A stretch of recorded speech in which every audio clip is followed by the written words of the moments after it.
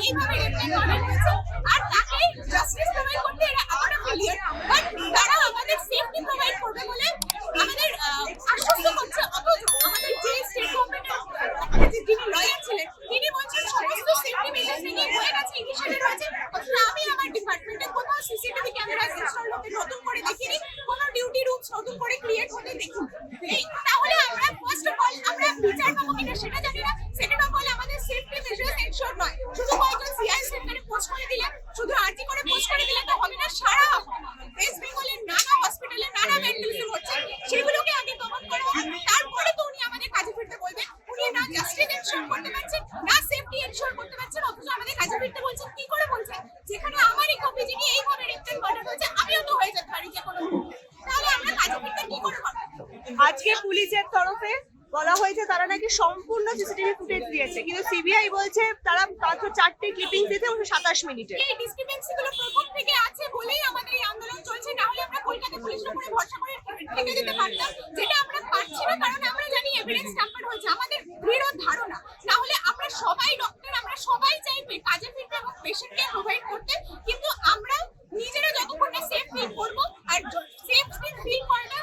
শুধুমাত্র খাতায় কলমে কিছু আমরা এটা করে দেবো আমরা ওটা করে দেবো এশিওর করে দিলে হয় আর পেশেন্ট কেয়ার প্রোভাইডের ব্যাপারে যে মিথ্যে কথাটা বলা হচ্ছে যে মিথ্যে ডেটা দেওয়া হচ্ছে এতগুলো হসপিটাল আছে যেখানে শুধু সিনিয়র ডক্টরসরাই পোস্টেড আমরা শুধু মেডিকেল কলেজে আমরা জুনিয়র ডক্টর শুধু জুনিয়র ডক্টর দেইনি তাদের উপর কি শুধু health care service provide health care দাঁড়িয়ে থাকে তাহলে আরো ডক্টর অ্যাপয়েন্ট করা হোক সেটা তো গভর্নমেন্টেরও দায়িত্ব আর এটা মিথ্যে হতো না আর আমাদের আমরা এক্সট্রিমলি ডিসঅ্যাপয়েন্টেড আছি একটু পরিচয়টা দিয়ে যাবেন আপনার আমি কৌশল আমাদের একটাই কথা আমরা জাস্টিস চাই জাস্টিস যতক্ষণ না পাচ্ছে ততক্ষণ জুনিয়র ডক্টররা সিআইএসএফ দিয়ে সিআইএসএফ একটা আর্জি করে দিয়েছে এখন যদি সিআইএসএফ তাহলে সেখানে তাকে দিয়ে দেবে সাগর কাটতে তাহলে এই ঝামেলা হচ্ছে বলছি দেখতে পাচ্ছি না ভাই ভিতরে ঢুকে যদি কাউকে মার্ডার রেপ করা হয় তাহলে কি তারা বলে সিআইএসএফ জবাব দিয়ে তোমাদের সুরক্ষা দিয়ে হলো তোমরা কাজ করো বলবে আপনাদের নিউজ চ্যানেলে আপনারা বাইরে নিউজ চ্যানেলের ভিতরে আপনাদের কাউকে রেপ মার্ডার করা হলো আপনারা তাদের পাশে বন্ধু হয়ে আপনারা কাজ করবে সিআইএসএফ দিয়ে দিল এটা কি দেখতে পাচ্ছি না ভাই আমরা জাস্টিস চাই ক্রিমিনাল যারা তাদেরকে ধরতে হবে তাদের পানিশমেন্ট চাই তবে সাধারণ মানুষ ডক্টর থেকে আরম্ভ করে সবাই সুরক্ষিত এখন কোনো পেশেন্টও সুরক্ষিত নয় আপনি ধরুন ডক্টর তো বটে ডক্টর কি তার কাজের জায়গা মানছে পেশেন্ট ইনডোরে ভর্তি তার সঙ্গে কি হবে বলে আপনি জানেন আজকে সিআইএসএফ পার্টি করে আছে সাগরকান্দাও তো ঝামেলা হচ্ছে সেখানে কি মিদনাপুরে ঝামেলা হচ্ছে সেখানে কি বাকি যে সারা জায়গায় কতজন সিআইএসএফ আমাদের ইনশিওর আমার মাথার উপর আপনি বলুন আপনার কাজের জায়গায় যদি কাউকে মার্ডার রেপ করা হয় আজকে সিআইএসএফ আমাদের আপনাকে সুরক্ষা দেওয়া হলো আপনি কাজ করবেন আপনারা আন্দোলন থাকবেন না পাশে থাকবেন না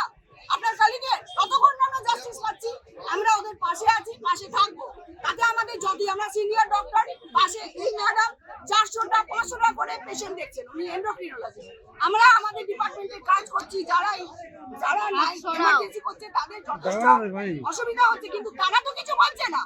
প্রশাসন কেন ধরো প্রশাসন আগে আমাদের ন্যায় বিচার দিক কেন তাদের জিনিসপত্র তাদেরকে না ধরে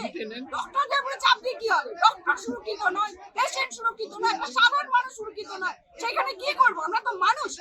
আমাদের মানুষ হিসেবে ট্রিট করুক ভগবান করার দরকার নেই আমাদের ঠিক মতো মানুষ হিসেবে তার একটা ন্যায্য বিচার হবে তবেই সবাই কাজে নামবে এটার বেশি আমার কিছু বলার নেই মিটিং হওয়ার পরে তখন ডিসিশন নিলাম আমরা কী করবো আমাদের মেইন যে দাবি ছিল সেগুলো আমরা এখনও কোনো সেগুলো আশা দেখিনি তো আমাদের মিটিং হওয়ার পরে সেটা ডিসিশন করে আমরা আইনে করা যায় বা কী ভাবা যায় সেটা ভাবছি আর এই যে কাজে ফেরা কিন্তু আমাদের একটা কথা বলবো আমাদের সিনিয়র ডাক্তাররা কিন্তু সরকারি স্যারেরা তারা কিন্তু সমস্ত জায়গায় কাজ করছে চাকরিভূষণ ডিস্ট্রিক্ট হসপিটাল বলুন আমাদের হসপিটালেই বলুন বা বিভিন্ন মেডিকেল কলেজে সিনিয়র স্যারেরা কিন্তু তারা অক্লান্ত পরিশ্রম করছে তারা কিন্তু রাত দিন ডিউটি করে যাচ্ছে সুতরাং পেশেন্ট আনঅ্যাটেন্ড ব্যাপারটা কিন্তু ঠিক নয় বলা হচ্ছে 23 জনের মৃত্যু হয়েছে আপনাদের কর্মবিরতির জন্য 6 লক্ষ মানুষ পরিষেবা স্বাস্থ্য পরিষেবা পায়নি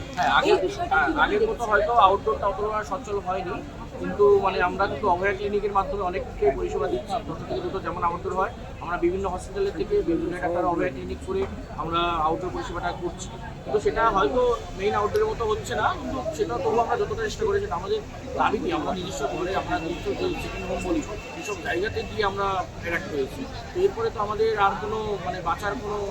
আর উপায় নেই। আমাদের যদি ন্যায্য কিছু জিনিস না পাই, আমাদের সিকিউরিটি, আমাদের জাস্টিস এগুলো যদি আমরা না পাই, হ্যাঁ, যদি এটাও যদি তারিখে তারিখ হতে থাকে তাহলে তো আমরা জাস্টিস কোনোদিনও পাবো না। সমস্ত কিছুর মধ্যে তারিখে তারিখ চলতে থাকবে, আমরা জাস্টিস পাবো না, আমাদের সিকিউরিটি পাবো না, এবং সমস্ত কিছুর মধ্যে এটাও সেরকমভাবেই জানি না কী হবে।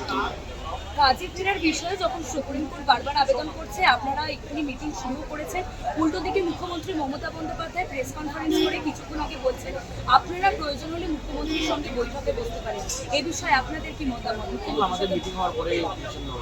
আমরা কাজে ফেরার জন্য তো আমরা প্রস্তুত আছি। কাজে না ফিরে আমরা কি বলবো যে এরকম জায়গায় আমরা ভালো আছি, আমরা না কাজ না করে আমাদের নিজেদেরও খুব মানে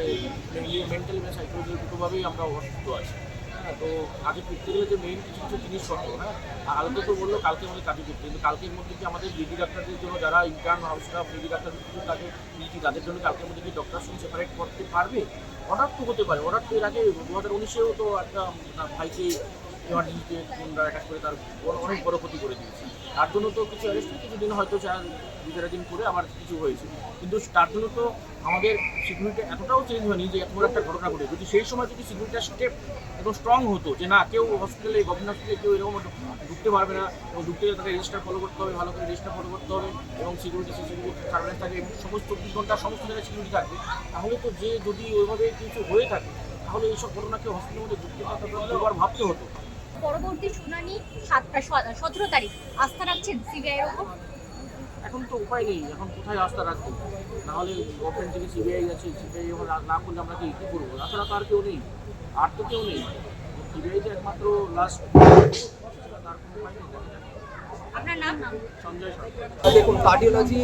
যেগুলো একটু বলা হলো, কারণ এই মানে সবকটা সরকারি হসপিটালে আমরা জানি যে কার্ডিওলজি, রেডিওলজি এগুলো খুব গুরুত্বপূর্ণ একটা বিভাগ, কিন্তু এখানেও কিন্তু সিনিয়র ডাক্তাররা কিন্তু মানে পরিষেবা দিচ্ছে, কোনো কিছু কিন্তু বন্ধ নেই, সবকটা ডিপার্টমেন্টই খোলা আছে, তারা অ্যাঞ্জিওগ্রাফিও আর কি হচ্ছে, তাই জন্য এরকম কিন্তু নয় যে কোনো ডিপার্টমেন্ট, সব ডিপার্টমেন্ট বন্ধ আছে বা এগুলোতে পেশেন্ট পরিষেবা পাচ্ছে না। তাই জন্য হ্যাঁ, হতে পারে হয়তো যে প্রাইভেট হসপিটালসের উপর একটু চাপ পড়ছে, কিন্তু এরকম নয় যে সরকারি জায়গায় সব বন্ধ আছে, সরকারি জায়গায় সবই খোলা আছে। আমরা আর কি এখনো যোগদান করিনি, তাই জন্য সিনিয়র ডাক্তাররা অক্লান্ত পরিশ্রম করছে, আর তারা কোনো পেশেন্টকে বিনা চিকিৎসায় কিন্তু ফেরাচ্ছে না। বিচার একটা দীর্ঘ প্রক্রিয়া, কতদিন আপনারা এই অবস্থা?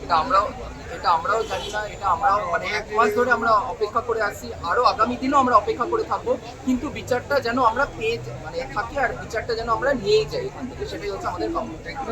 আমার Roni Chakraborty, chest medicine second. Abhaya clinic জন্য আমাদের এই আন্দোলন, আমাদের বন্ধুর সাথে 9 তারিখ যেটা ঘটেছিল অন ডিউটি, তার সাথে এই মর্মান্তিক ঘটনা ঘটেছিল, তারপরেই আমাদের এই আন্দোলনে নামা। আমরা চিকিৎসকরা কিন্তু চিকিৎসা করার জন্যই আছি, কিন্তু আমাদের আন্দোলনের যে এই যুক্তিটা আমরা আশা করেছিলাম যে বোঝা হবে, আমরা সুবিচার পাবো, কিন্তু আজকের রায়ে আমরা কিন্তু সেটা সম্পূর্ণভাবে দেখতে পাচ্ছি না। এখন আমরা সুবিচারটা কিন্তু আমাদের পাওয়ার কথা, সুবিচার পেলে আমরা তাহলে সেই অন্তত সেই ভরসা আশ্বাসটুকু পাই যে যে আমাদের ঘটনাটা সেরকম যৌক্তিকতা দিয়ে দেখা হচ্ছে, কিন্তু সেই সুবিচারটাই যদি না হয়, তার আগেই যদি কাজে যোগদানটাকে মুখ্য করে তোলা হয়, যেখানে কিনা আমরা আন্দোলনে আছি, কিন্তু আমাদের যারা উপরে যারা সিনিয়র স্যার ম্যাডাম সবাই, তারা কিন্তু আউটডোর বা যা যা আছে সবকিছু কিন্তু সেভাবে চলছে চিকিৎসা, এবং এর বাইরে আমাদের অভয়া ক্লিনিক চলেছে, আমাদের অভয়া ক্লিনিক সব জায়গায় চলেছে, যেহেতু হাসপাতালের ভিতরে নিরাপদ বোধ না করার আমরা যারা ডক্টরস কিন্তু অলরেডি তারা অভয়া ক্লিনিক করেছে। এই আমরাই আন্দোলনকারী যারা আমার বন্ধু বান্ধবরা যারাই আছে আমাদের সবাই, কিন্তু অভয়া ক্লিনিকটা করা হয়েছে, মানুষ তারা কিন্তু বুঝতে পেরেছে যে আমরা তাদের চিকিৎসা দিতে চাই, কিন্তু তার আগে আন্দোলনের লক্ষ্যটা, যে কারণে আমাদের আন্দোলনে নামা, সেই লক্ষ্যটা পূরণ হওয়ার আগেই, যেখানে সুবিচারটা না পাওয়ার আগেই, যেখানে আমাদের কাজে যোগদান করতে যোগদান করাটাই দুঃখ হিসেবে দেখা হচ্ছে। তাহলে আমাদের যেটা মনে হয় যে সুবিচার পাওয়াটা আগে বেশি প্রয়োজন। যোগদানের বিষয়টা এখন কি হবে? আগে কি জিবি মিটিং বা এরকম? হ্যাঁ, এটা জিপি মিটিং যারা আমাদের ফ্রন্ট সাইডে যারা আছেন আমাদের, তারা মিটিং আমাদের ডাকবেন, সবাইকে ডেকে ডিসকাশন হয়, তারপরে এটা বলা যাবে। মুখ্যমন্ত্রী একটু আগেই প্রেস কনফারেন্স করে বলেছে যদি আপনারা তাদের সাথে মানে তার সাথে বসে কোনো বৈঠক করতে চান তিনি রাজি। এই বিষয়টিকে কি যেভাবে দেখছেন? আর তিনি আবার বলেছেন যে আপনাদেরকে পুনরায় যাতে কাজে যোগ দেয়। দেখুন, আমাদের কাজে যোগ না দেওয়ার কারণটা প্রত্যেকটা মানুষ একদম সমাজের নিচু স্তর থেকে একদম সমাজের উচ্চ স্তর অবধি মানুষ কিন্তু বুঝতে পেরেছে আমরা কিন্তু ঘরে বসে ছুটি কাটাচ্ছি না, আমরা আমাদের বন্ধু সুবিচার চাই। তার সাথে কিন্তু কাজের সময়ে সে অলরেডি কাজে ছিল, চিকিৎসা করছিল, মর্মান্তিক রোগীদের সেবা করছিল, ওই সময় তার নিজের প্রাণটা তাকে খোয়াতে হয়েছে। তাহলে সেইটা কতখানি বড় ব্যাপার, সেই পুরো সিনারিওটাকে বোঝার আমরা অবশ্যই সবসময় আবেদন রাখছি আমাদের প্রশাসকের কাছে, তারা যাতে বোঝে যে কেন আজকে আমরা রাস্তায়, এইটা যেন তারা একটু বোঝেন, আমাদের জায়গায় এসে তারা একটু বোঝেন যে কেন আমরা রাস্তায়। এবং তারপরেও পেশেন্টদের ট্রিটমেন্ট কিন্তু আমাদের এখানে অলওয়েজ হয়েছে। আমরা রাস্তায় থাকলেও, আন্দোলনে থাকলেও আমাদের সিনিয়র যারাই আছেন স্যার ম্যাডাম, ওনারা কিন্তু অলরেডি ট্রিটমেন্ট চলছে, ওপিডি চলছে, ইমার্জেন্সি সব কিছুই চলছে। মুখ্যমন্ত্রী তো আপনাদের সাথে বসতে রাজি হয়েছেন, আপনারা কি বসবেন? সেটা আমাদের যারা আছেন পুরো হ্যাঁ সেই ডিসিশনসগুলো যারা নেন তাদের সাথে মিটিং করে তারা সিদ্ধান্ত। আমি সহ প্রত্যেকটা আন্দোলনকারী সে কিংবা কোনো জনসাধারণ থেকে আরম্ভ করে প্রত্যেক স্তরের মানুষ আজকে হয়তো বিচার আসবে বা বিচারের আলো আজকে একটু হলেও আমরা সেই আলোর সন্ধান পাবো। কিন্তু যেটা যা দেখছি এই মুহূর্তে যে শুনছি যে বিচার ব্যবস্থা প্রতি আস্থা তো উঠে যাওয়ার মতনই। তো আমাদের একটা মিটিং হচ্ছেও হয়তো, তো সেই মিটিংয়ে আমরা আলোচনা করে দেখি যে আমরা এর পরবর্তী পদক্ষেপ কি হতে পারে। বিচার তো আমাদের ছিনিয়ে আনতেই হবে। সিবিআই বলছে কাল বিকেল 5টার ভেতরে স্টেটকে এনশিওর করতে হবে। আমরা জানি না কতদূর কি হবে, নিজেদের সিকিউরিটি নিয়ে আমরা প্রচন্ড চিন্তিত। আদালত তো বলছে যে কাল বিকেলে যদি না যোগ দেন এবং রাজ্য যদি ব্যবস্থা নেয় সেক্ষেত্রে আদালত কিছু বলার জায়গায় থাকবে। আদালতের কথা বলেছেন, ওনাদের যা বক্তব্য বলেছেন, কিন্তু গ্রাউন্ড রিয়েলিটি আমরা বলেছি যে আমাদের কাছে মানে আমাদের মানে সিকিউরিটির জন্য আমাদের তো সিআইএস এর পার্সোনালসরা রয়েছে, কিন্তু নতুন সিসিটিভি লাগানো বা কিছু আমাদের ডিপার্টমেন্টে তো অ্যাটলিস্ট নতুন সিসিটিভি দেখি। তো বাট সকলে মানে আমরা জানি না যে নেক্সট আমরা কে ভিকটিম হতে চলেছি, উই ডোন্ট নো। কোন জায়গা থেকে আপনারা আশ্বস্ত হতে পারছেন না, কারণ বিচার তো একটা দীর্ঘ প্রক্রিয়া। বিচার একটা দীর্ঘ প্রক্রিয়া, সত্যি কথা, কিন্তু এখনো অব্দি আমাদের যে কটা দাবি ছিল সেই দাবিগুলোর সবকটা তো মানে সবকটা সেই দাবিগুলো পূরণের পথে কতদূর এগিয়েছে সেই জায়গা থেকেই আমরা আশ্বস্ত হতে পারছি না। আমরা বুঝতে পারছি না যে এরপরে আমাদের উপরে কি আসবে। রাজ্য বলছে যে 23 জনের মৃত্যু হয়েছে এখনো পর্যন্ত, এই সময়ের মধ্যে এই আন্দোলন চালাবে। দেখুন, সিনিয়র ডক্টরসরা পুরো টাইমে যত ফেসিলিটি দেওয়া সেটা দিচ্ছিলেন। আর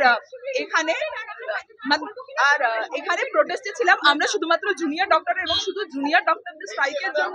এতজন মানুষের মৃত্যু হয়েছে, এতজনের ট্রিটমেন্ট ডিনাইড হয়েছে, এতগুলো যে কথা আসছে, এটা কতটা মানে এটাও একটা প্রশ্নমূলক কথা।